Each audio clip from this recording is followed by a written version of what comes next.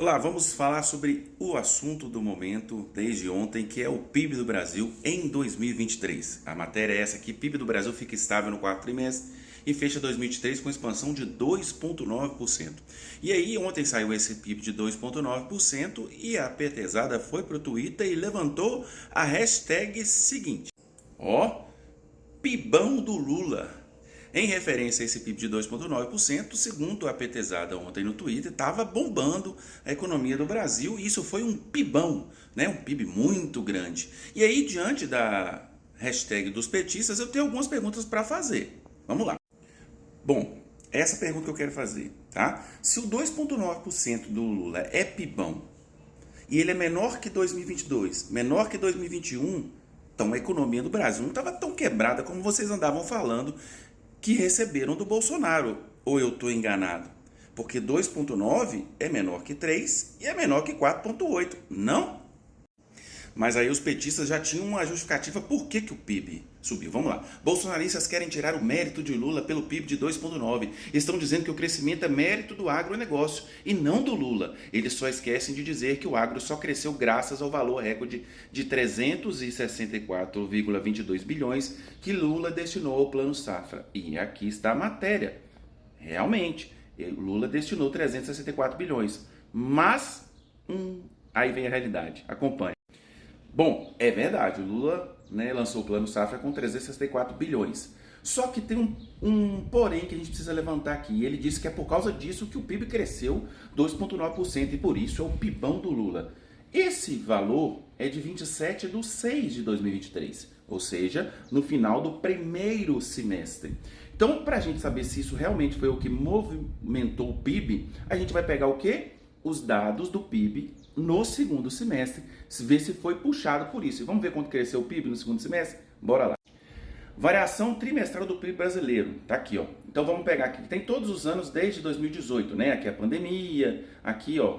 Vamos pegar primeiro trimestre de 2023, puxado pelo agro, que eu vou mostrar depois. 1,3, 1,8. Aqui, ó, são os dois trimestres pós-Plano Safra do Lula. O PIB cresceu 0, aqui é 0,1, né? E aí está arredondado para 0, e aqui é 0. Se foi por causa do Plano Safra, por que cresceu 0? Ou seja, manteve estável. Não era o Plano Safra que o petista tinha dito?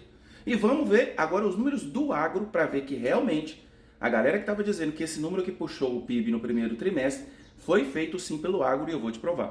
Então vamos ver aqui uma análise do PIB sobre a ótica da oferta, do agronegócio especificamente, lembrando que esses dados aqui são todos do próprio IBGE, tá bom?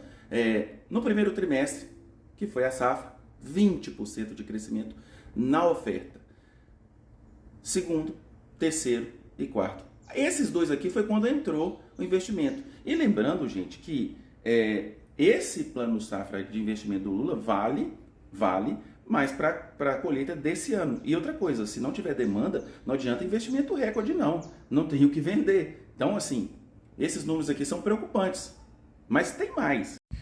O Lula agora está tentando emplacar uma narrativa de crescimento que foi puxado pelo agronegócio no primeiro trimestre, sobretudo, e está comemorando isso, mas nunca se esqueçam daquilo que ele falou do agro. Lula xinga agronegócio de fascista, negacionista e mau caráter. Então agora ele tenta surfar nessa onda de quem produz e de quem é uma força pujante na economia brasileira, mas na hora de xingar ele é bom, né? A verdade, dentro de todos esses números, é uma só. A verdade é uma só. A economia brasileira, desde o meio do ano passado, como no final do gráfico ali você pode ver, não cresce, ela está estagnada. Ela cresceu muito ano passado, puxado pelo agronegócio, tá? Um pouco pelo setor de serviços e um pouco pela indústria. Mas desde o meio do ano passado, o número de investimento tem caído bastante e a economia brasileira está instável. Isso é a mais puro suco do que está acontecendo aqui nessa questão do PIB brasileiro. Então tá bom? Se você chegou até aqui, muito obrigado. Comenta aí o que você achou desses números, qual que é a sua expectativa para a economia brasileira e vamos que vamos, trazendo e esclarecendo algumas verdades, desdobrando algumas narrativas, né, de alguns surfistas de internet. Abraço.